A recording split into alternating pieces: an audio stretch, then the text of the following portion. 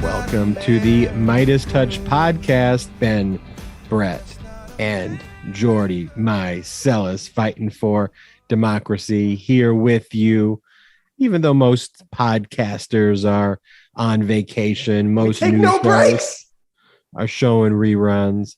There are no breaks here at the MeidasTouch podcast. Democracy doesn't sleep. We got new episodes. First, you've heard our interview with Anthony Scaramucci, which was incredible. Then last episode, we interviewed Stephanie Winston-Walkoff, another incredible show. Hope that you all listened to those two. If you didn't, go back, check those out, share it with a friend. That's how we get the word out about this show. Yeah, check us out on YouTube too. MeidasTouch YouTube channel. Subscribe to that channel. You could watch all these interviews live. But today, fellas, we have on a man that needs no introduction.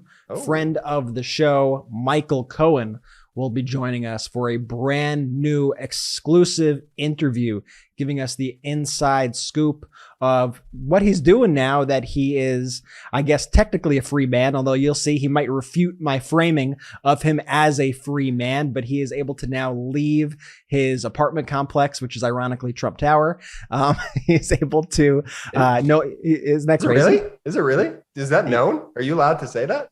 Yeah, of course. He's on house arrest in Trump Tower. How crazy was that? But he's no longer on house arrest. Michael Cohen is out. I know there's a lot on his mind. I know there's a lot of information that he wants out into the public, that he wants you to hear, that he wants investigators to hear. And I know that's why he was excited to come on our show. And that's why he's eagerly speaking with investigators about everything that's going on with Donald Trump. And, just excited to hear what he's got going on. I got a lot of questions for him because it seems like he is now just the Renaissance man who is kind of doing a bit of everything. Like, he is now the most prolific man. He's writing books. He's doing art. I don't know how I was going to say, I don't know how he has the time. I knew how he had the time before, but now I don't know how he has all this time to do all this stuff, but excited to get into it with Cohen and a Jordy. What's up? A fellow New Yorker too. I know you love our New Yorkers on the show. Fellow New Yorker, fellow Long Islander. Once again, we have that connection just right off the bat, just like talking to an old buddy. But Brett, you do this thing, man, and it's funny. And I was saying it to knock you because you're an excellent interviewer, but you find a way to always like slightly offend our guests by the framing of your questions to them.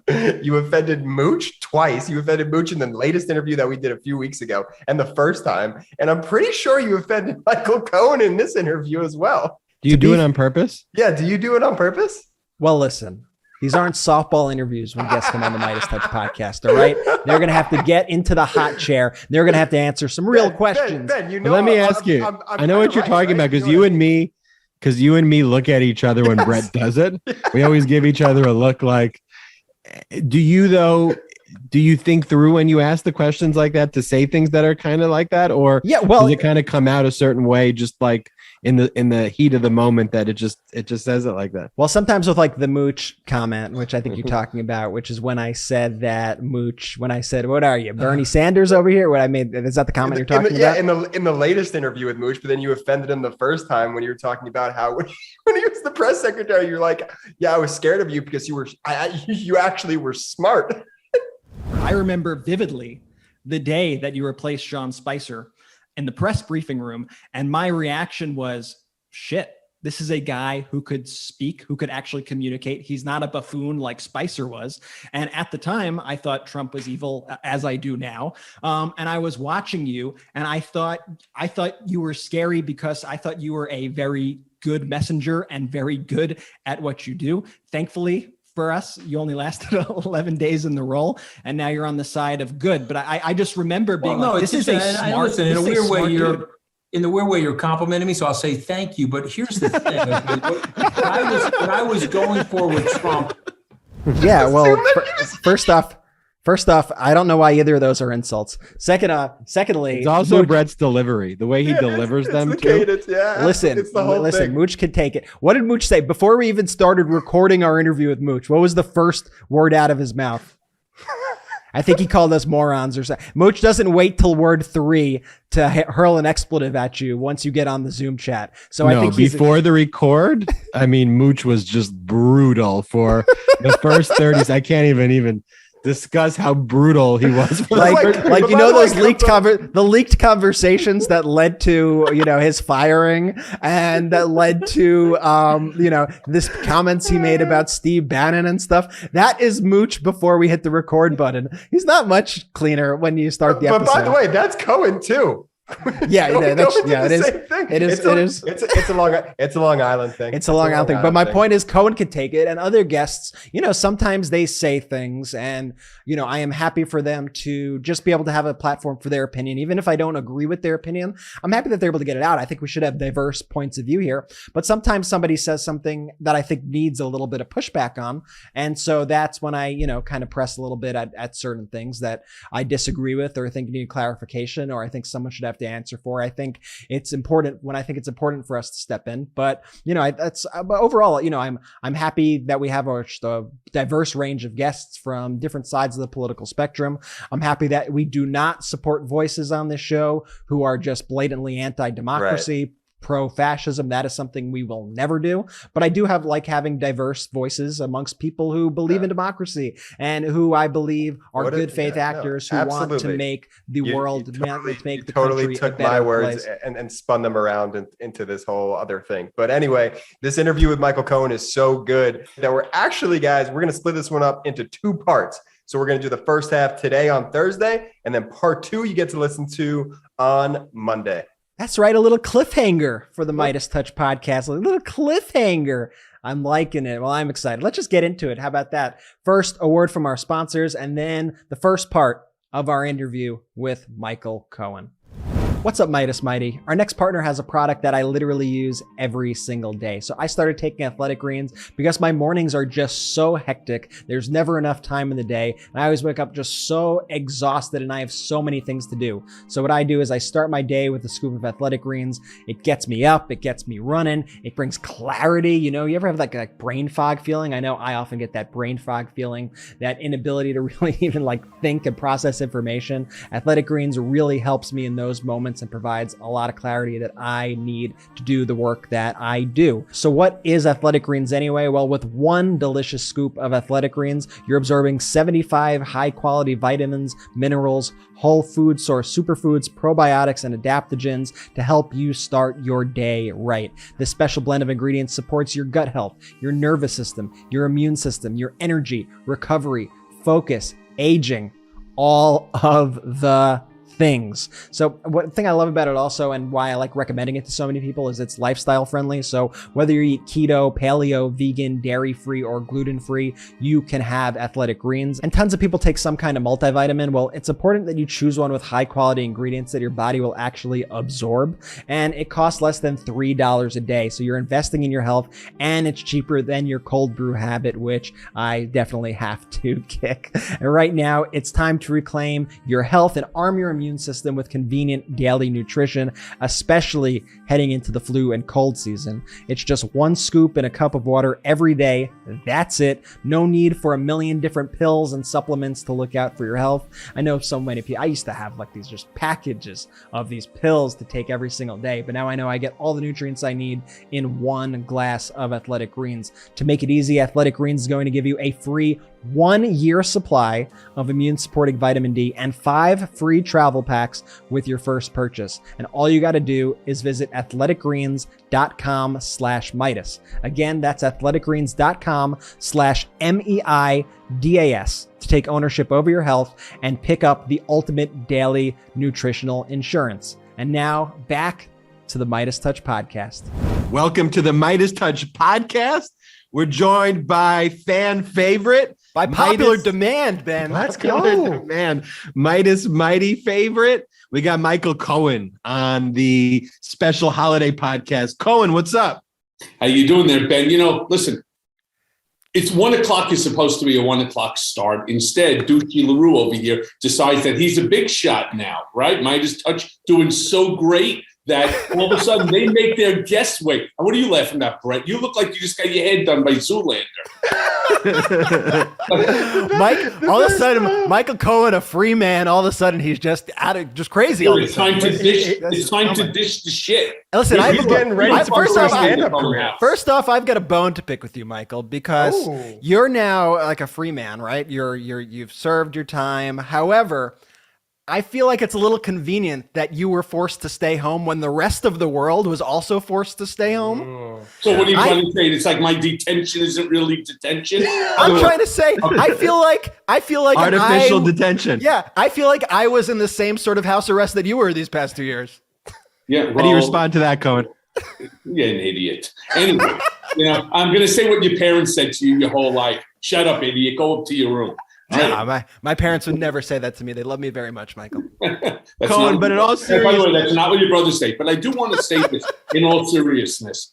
Number one, it's not the same because you were able to, of course, go out whenever you want. I had these designated times. I had to be home by 9 p.m. at the latest. Twice a week, I was allowed to go out with just my wife. Now I'm spending, a lot of time rebuilding my relationships in the community, which is what it's supposed to have been about all along. But I am not completely finished. That's actually inaccurate. Not only did Judge Pauly, William H. Pauly III, not only did he decide that I should be incarcerated for 3 years because of the president getting his pecker pulled by a porn star, but on top of that, I should also get 3 years of supervised release. So each month I have to, check in with and she, by the way, my probation officer is fantastic, to be honest with you, but it's still an inconvenience. I'll tell you something else that I thought was really interesting. So when I first was indicted or I first pled, I had to surrender my passport. Well, I need a passport, so I applied. I paid the expedited fee. 16 weeks later, I still don't have it. It was really only thanks to me contacting a congressman's office that I was able to get it, and it finally arrived. So I am now the proud owner of a passport. Congratulations. Thank you. Much thanks. I feel like half a human being again.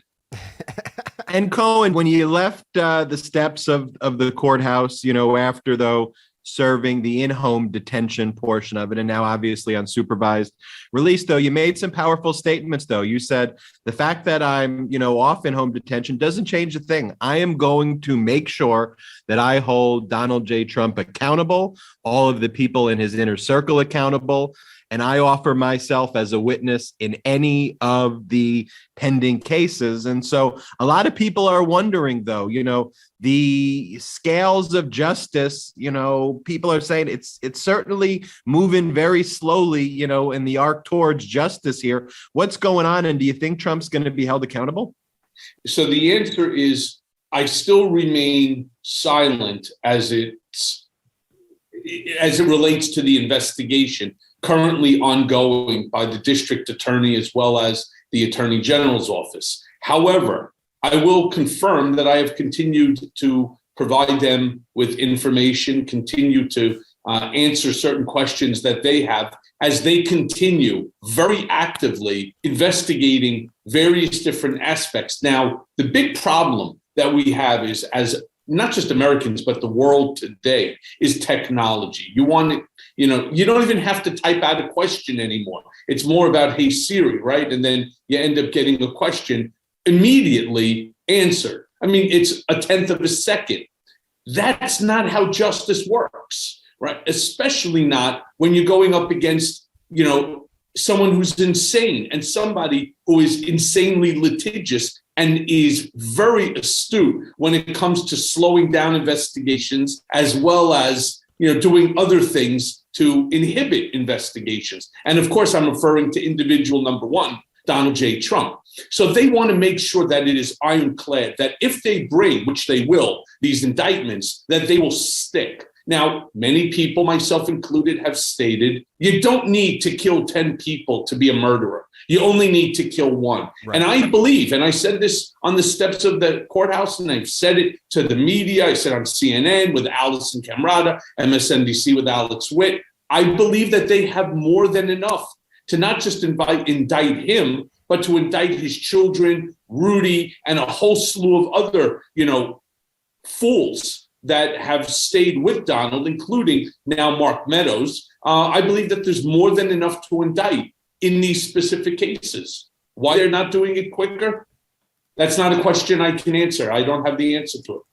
January 6th committee, lots of people, same thing, right? They're saying, why is it moving so slowly? But they seem to be doing where I think Mueller failed. I think Mueller was really intimidated by a lot of the, Trumpers, the mob, and his investigation, and ultimately his conclusion was stifled. Whereas, Liz Cheney, Benny Thompson, we could all say maybe it's going slow, but that is a process. But boy, are they getting some, significant information. And with Mark Meadows, and you may have better insight into here just knowing what that inner circle is Mark Meadows just a total idiot, though? Because if you're going to go make this executive privilege claim, which is a nonsense claim anyway, why would he be turning over the documents that, one, serves as a waiver, two, are bombshell documents that really open up areas that I think we all knew took place, but to see it in text? So what's your reaction to what the January 6th committee is uncovering? Did you guys not see the article where it says Michael Cohen says Mark Meadows is the dumbest asshole on the Hill? Because he is the dumbest asshole. First of all, before we even get to the January 6th texts and emails and so on that somehow got into the hands of the committee, why are we forgetting about the fact that this asshole who claims executive privilege, right, that he puts out a book, which automatically, as you guys know, disqualifies you from the privilege. You don't have the ability to talk about it in your book and then not to answer the same questions before the committee. That's just not how it works, Mark. I mean, it's time for you to grow the fuck up and understand that Donald, your savior, can save you no more. Now, everything that's happening right now with the January 6th committee, with these text messages, there's so many things that are puzzling to me that I'm trying to work through. Because, for me, having been around Trump as long as I was and having understood him and now understanding how all of these different actors are involved with doing the same sort of stupid shit that I did and others at the Trump organization did for Donald, I somehow scratched my head. And I always look a little bit deeper than what's out there and what's provided. So let me just give you a specific, because already, what do you call it? Ben is already scratching his head. He's fucking lost. He's like, oh, what the hell is Michael talking? Here's you left now, right? You don't even know. You don't even speak English. Anyway, today's Jordy's day. But let's go. All right, Jordy can take over the rest of the show. It's just you guys now. We'll see you later. All right, Ben, let's go. But here's the funny thing that doesn't make sense to me. It's the texts that were received.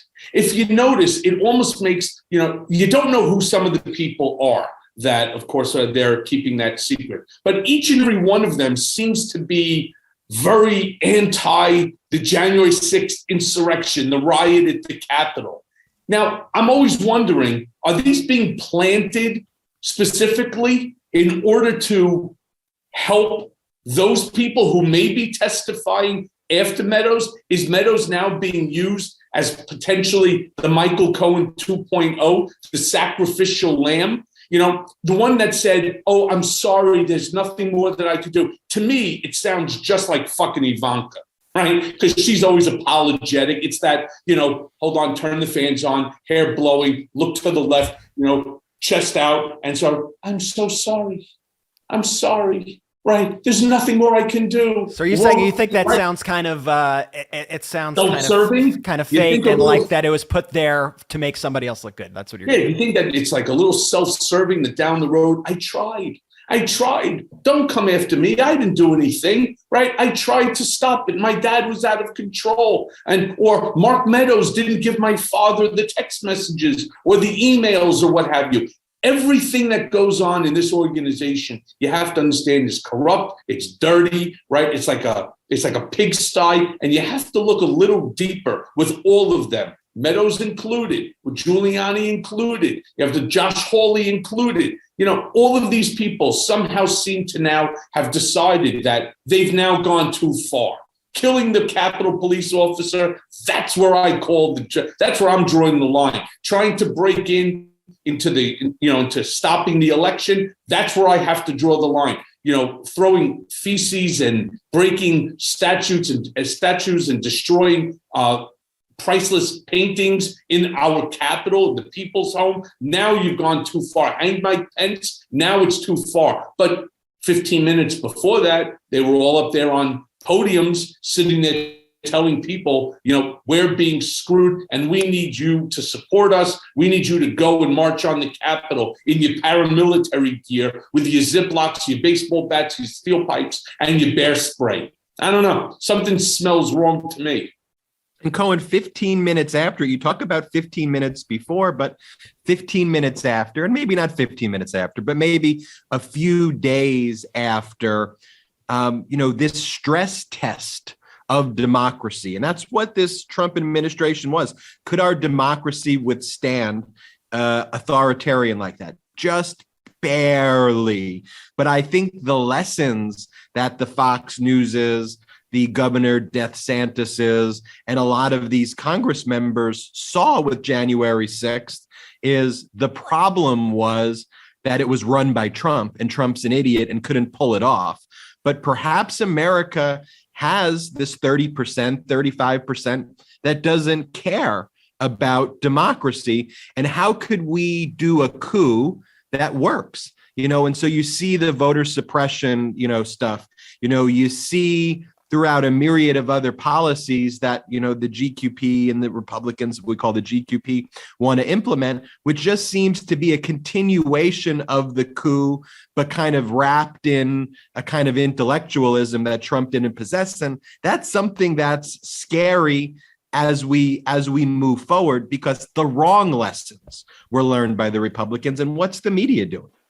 Well, they're just continuing to promote the big lie, and they're continuing, even the GOP members of Congress that were there that day, so many of them terrorists, it was orderly. I mean, they're following Trump's playbook, which is to deny, where Donald even went so far as to foolishly make a statement that there was love in the air, right? These people were hugging and kissing the police. Yeah.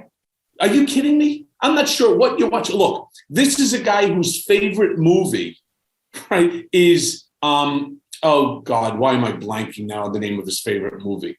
Cohen, this is your big moment. You're on the MeidasTouch podcast and you're fucking it up. I can't believe The Deliverance. The Deliverance is Donald's favorite movie. All right. I can't believe that. I never forget names, especially not in movies. But The Deliverance is Donald's favorite movie. So this is a guy who has his own warped perception of reality. And the fact is, they were not hugging and kissing the police. In fact, they wanted to kill them, and they did. They did injure and kill police. So whatever he says, you have to, again, you can't even take it as a grain of salt. It's complete and utter bullshit, completely stated in order to benefit him and him alone. And then you have stupid people like Laura Ingraham. I had this conversation with David Pakman on his, right? Is it Ingram or Ingraham? I keep hearing people saying. We know the answer, actually. So we had Laura's brother on our show, and he said it's Ingraham. Ingraham. There you and go. we didn't know that either. But before the beginning of the show, we said Ingram, and then he came on and he said Ingraham, and then we adjusted for the rest of the show. Well, he also said that she's a Nazi. Yeah, also said that the father was a Nazi sympathizer who had a copy of Mein Kampf on their living room table, and it explained a lot of things, I think, when we learned about their upbringing. You see, I feel bad because now I've been calling some other person named Laura Ingraham a fucking asshole and a jerk off. And instead, Laura Ingraham, if you're watching, which I'm sure you're watching, right? You and Fox suck, all right? You're an absolute fool. Sean Hannity, a guy who I used to call a friend, the same thing, that the fact that they could all sit there and that they could continue, despite the fact they knew the truth. There are text messages now that have this, that demonstrate they knew what was going on was wrong. It was not a peaceful protest, that people were not staying within the stanchions, and they continued to promote it. That's fucked up. That's people trying to assist the Fuhrer himself, Donald, in order to overthrow our government and to destroy our democracy. There's no other way to try to understand it. It is what it is. Cohen, when you would speak to Hannity, when you were part of, the kind of Trump inner circle back then, would Hannity like talk shit about Trump? Did everybody like did he know that he was just a fucking cartoon character just making a ton of money? Or was he a believer in those ideas? Or would he be like, yeah, that motherfucker's just crazy? Like, how would he talk to you behind the scenes about Trump and about these issues? Like, did he know he was a fraud? Yeah, so Sean never disparaged Donald.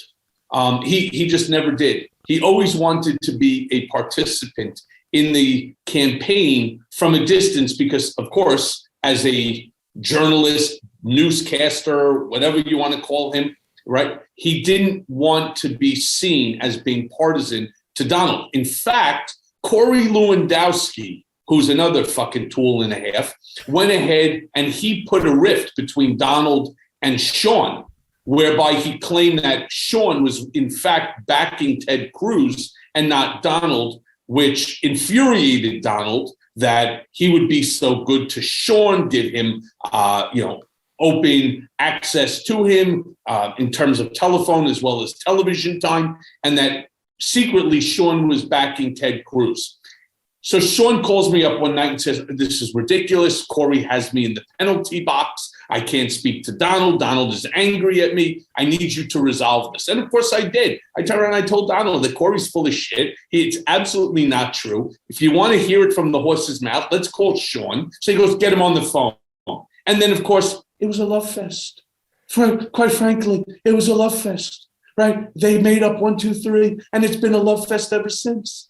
So this is the big problem when it comes to Trump. He doesn't care about Sean. If Sean ended up in prison, he wouldn't send him $1 to his commissary. It's all about what he can get out of who, what, when, where, and why on any given Monday and twice on Sunday. That's the truth. But Michael, I mean, would he send $1 to anybody? I mean, Sean Hannity, whoever it is. Like at the end of the day, I feel like the guy only cares about himself. Well, you just hit it on. I think I said it at the beginning of your show. Donald Trump cares about no one or anything other than himself. I say it all the time, not because I'm trying to disparage Trump. You don't need me to disparage this ignorant, arrogant, orange-crusted, bloviated fucknut. You don't need me. People are doing that every single day. I'm giving you the emes, the truth onto this. This is who the man is. He fundamentally cares for no one other than himself. That includes his wives, Melania included. It includes his kids, his grandkids. He doesn't care. It's all about him. He's the single most and only important person on the planet. So, Michael, knowing what you know with Fox News, your relationship with Hannity, do you think there's just an implicit understanding amongst the staff there that whatever's going on in the world, that they have an obligation to counter that with their version of reality? Or is it actually like discussed? Like right now, we got this January 6th thing going on. They're exposing a lot of stuff about our hosts. We should be talking about the Christmas tree instead. Like, how do you think their process works based on just what you know about the network? It's all about money. With the Murdochs, it's all about money. In all fairness, I don't know if you watch Succession. It's the same thing. Yeah. Who doesn't love Succession? It is the Murdochs. It's only about profit. It's only about money. And if Donald Trump, would turn around and say that, Joe Biden, was running around the White House butt-ass naked, right? And Fox could make money off of it, they would promote it. It doesn't make a difference, despite the fact that he was with, say, Vladimir Putin at the time. They don't care about facts. They don't. And it's really disgraceful. And what's really worse is that there are people who are glued. And when I say glued to Fox News, it is insane. Speaking to Fox News, fanatics, it's 10 times worse than CNN, MSNBC, ABC, NBC, CBS fanatics, MeidasTouch fanatics, Mea Culpa fanatics. There are people that refuse to miss our podcast. However, they're nothing like, there are people that will see me on the street and say, I was just listening to you the other day with, whoever the guest might have been. And, I really don't agree with you, but that's okay. We're not supposed to agree all the time, right? And I always say this, Ed Koch had that famous quote, if you agree with me 8 out of 12 times, you should vote for me. If you agree with me 12 out of 12 times, you should see a psychiatrist. Now, I didn't make that up. It's funny, right? But I didn't make that up. That's Ed Koch. It's the truth. These people will come to me and say, I didn't really agree with you, but I understand your point. These people, whatever the fuck Fox says, it's fact. It's written, it's written in stone. It doesn't make a difference. And you cannot change their mind. It is the most insane thing that you could experience. Talking to a Fox fanatic is just talking to a lunatic. Well, it's like WWE fanatics, but the opponent in the situation is American democracy, and that's who they're aiming to take down. And they have the same sort of level of passion, and the network is just an entertainment network that's just spouting this anti-democratic bullshit. I love that you brought up. Hey, Ben and Jordy, is Brett not prophetic? I'm profound. We always knew Brett was the most profound brother. That's I'm in just this room. I'm really just in space right now. Let me jump in here. When we would do Passover Seders growing up, and we would all read from the booklet, we would all pick a brother to be. We'd all pick a son. Brett would always be the wise child. We need some context. We knew. We need some context for the non-Jews on this Christmas Eve. Wow. There were the wise son. There are multiple sons in the Passover book, right? Guess which one I was, Michael? I'll cut to the chase. I was the simple child every year. Every fucking year, they made me the simple child. You know what? I guess it fits. Yikes! Same team today. It's funny you brought up Succession, Mike. Succession's amazing, by the way. And there was a quote that I remember from a few episodes of Succession where Shiv says something like, she says, the thing about us is, you should know this by now, we don't get embarrassed or we don't feel shame. She's made a comment like that. And I thought that was the most Trump-ian and most Fox Newsian sort of statement on the planet. Do you see overlaps of Succession and the Trump family as well? I see a lot of Don Jr. and Kendall Roy. I think it's sort of an amalgamation of both the Murdochs and the Trump family. I don't know. What they do is they take personality traits. Like, for example, you have Connor, right? Who is Connor like? Connor's, in all fairness, is like Eric. He's just like the loser weird. Son. Yeah, the weird loser outcast son. The guy he's there all the time, but you're just not really sure what the fuck he does. And I'll never forget Donald one time said, Eric is the most like me when it comes to spatial. And I said, what does that even mean? And he turns around and he goes, well, he has my sort of design, when it comes to, did you see how great he did in, for example, the Doral, the party room. And I said, Mr. Trump, it's a fucking rectangle with a whole bunch of the same chandeliers that you put in every single, location that you have with the identical carpet. But yeah, good job, Eric. It's incredible. It's like, you got to find something to pat him on the back. Now, Don is very different. And by the way, he's very much like what do you call Kendall, where he fights with his father. He's the only one that actually goes toe to toe with his father. I write about it in my book, Disloyal, where, he would actually say shit to his father. Then they would end up having a massive fight. Don almost didn't end up working at the Trump organization. He was tending bar somewhere. I think it was in Colorado. And the father said, either you get back within 3 weeks' time or you're out. It's exactly the same relationship. It is contentious. Fuck off. Well, by the way, all the time. It was all the time, and mostly to Don. Now, what's funny is you all may remember the big lawsuit that the DA had brought years ago against Don Jr. and Ivanka as it related to, at the time, Trump Soho, with the lying to the public about the number of units sold, puffing, as Donald liked to call it. I'll never forget when Donald turned around and said, because it was Don Jr. and Ivanka, if it's one of the two that we have to offer up, let it be Don. Ivanka would never be able to handle it. And Don is tough, he could take it. Now, that, of course, having a daughter and a son, I wouldn't offer either of them up. I mean, if you're going to fight because you believe that it's not true, you don't offer somebody up in advance in order to put an end to it. So in essence, he didn't want the legal bills. So he'd rather offer Don up to go to prison, right? So that Ivanka doesn't have to, and that they could end this whole nonsense. They're all such miserable fucking people. It's crazy. While we're on the subject of the kids, do they not have a direct line to their father? So I was going to ask the same thing. Liz Cheney read Don Jr.'s text the other day, and the text was to Mark Meadows, asking if he could get in touch with Donald to call off the January 6th insurrection. As Don Jr., as the son of the man responsible for everything. The namesake, Jordy, the namesake. Donald J. Trump Jr., right? I mean, the namesake couldn't get in touch with his father. Come on. I mean, spare me the bullshit. That's why I said at the beginning of this show that there's something more that's going on here. It's not what you think. And I also think at some point in time, it looks to me like they're almost like they're offering up Mark Meadows, right? He may be the next sacrificial lamb, or it could even be Don Jr. But something is weird about which text messages everybody in the committee got, which other ones are still out there. You have to always wonder what's going on with these people, because it's nothing as it seems. Thank you, Michael Cohen. We will be right back after these messages. This podcast is sponsored by BetterHelp. Is there something interfering with your happiness or is preventing you from achieving your goals? Look, for me, Twitter is a cesspool. And day in and day out, my brothers and I get the most disgusting threats. And quite frankly, it could weigh me down, from time to time. So that's why I really like BetterHelp, because BetterHelp will assess your needs and match you with your own licensed professional therapist. You'll be matched with a therapist in under 48 hours.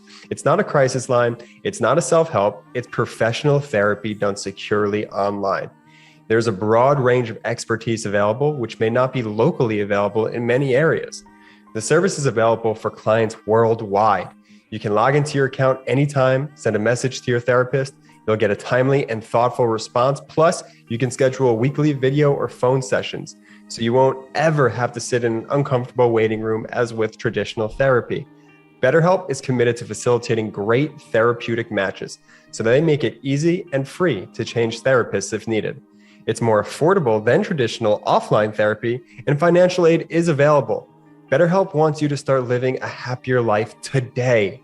Visit their website, read some of their testimonials. Honestly, they match up with my personal experience with them. The service is just incredible. Visit betterhelp.com/Meidas. That's better, HELP, and join over 2 million people who have taken charge of their mental health with the help of an experienced professional. In fact, so many people have been using BetterHelp that they're recruiting additional therapists in all 50 states. That's wild. Special offer for MeidasTouch podcast listeners. We get 10% off your first month at betterhelp.com/Meidas. That's betterhelp.com/MEIDAS. Check it out today. And now back to the show. Welcome back, Michael Cohen. That was an interesting place, Brett, to stop the interview. Part one. Yeah, part one. That was it. Why'd you, Brett, as the editor, what was your strategic, artistic vision of why to cut the interview at that moment? You always need to leave the people wanting a little bit more. I should have ended it on like a question. We should have Jordy asked. This is how, if I really, wanted to get some listens on the next episode, it should have been Jordy going, Michael Cohen, do you think Donald Trump will go to prison? And then it zooms in on Jordy's face and it zooms in on Cohen's face with some, a swirl of dramatic music. And then it says, find out next time. Oh, okay. Okay. I can get that. But I didn't do that. I just ended it at a question that I made. Honestly, I could say I made an artistic choice. We were at the middle of the interview. There's a lot of great stuff coming up with Cohen, which is important, that I think is very newsworthy, that I think you guys who love the podcast and love knowing everything that's going on, I think you guys are going to really like part 2 of this interview. So be sure to check back on the next episode for the rest. Wait, but did you see in the first part where you offended him? which question you offended him on? What did I do now? What did I say now? What did I do again? You called his house arrest not real. You told him he had an illegitimate house arrest because of COVID. What's wrong with you? Why would you say that to him? Listen. I'm just saying. No, stop it. Listen, I'm just saying he happened to be on house arrest at the same point where everybody was basically on house arrest. I thought he was going to leave the interview when you said he was pissed. I started the interview, and his excuse was, well, I couldn't, go out with my family. I couldn't go out to this and that or whatever. I didn't do those things. You're not helping your case here. Oh my goodness. Good thing we already it was one of the most traumatic events that Michael Cohen has gone through. He's in house arrest, and Brett basically has called it an illegitimate house arrest. But anyway, we'll see what part 2 holds. We'll see where Brett takes. How will I defend our guest again on part 2? There's only one way to find out, Midas Mighty, and that's by listening to part 2 of the Michael Cohen interview on the next episode of the MeidasTouch podcast. Brothers, any final words before we say goodbye to our incredible Midas Mighty listeners? Final word for me. Thank you so much to all of the Meidas Mighty for all of your support this year. 2021 has been a very, very special year. Last episode of the year, fellas. Last episode of the year. Looking Ben, New Year's resolution, go.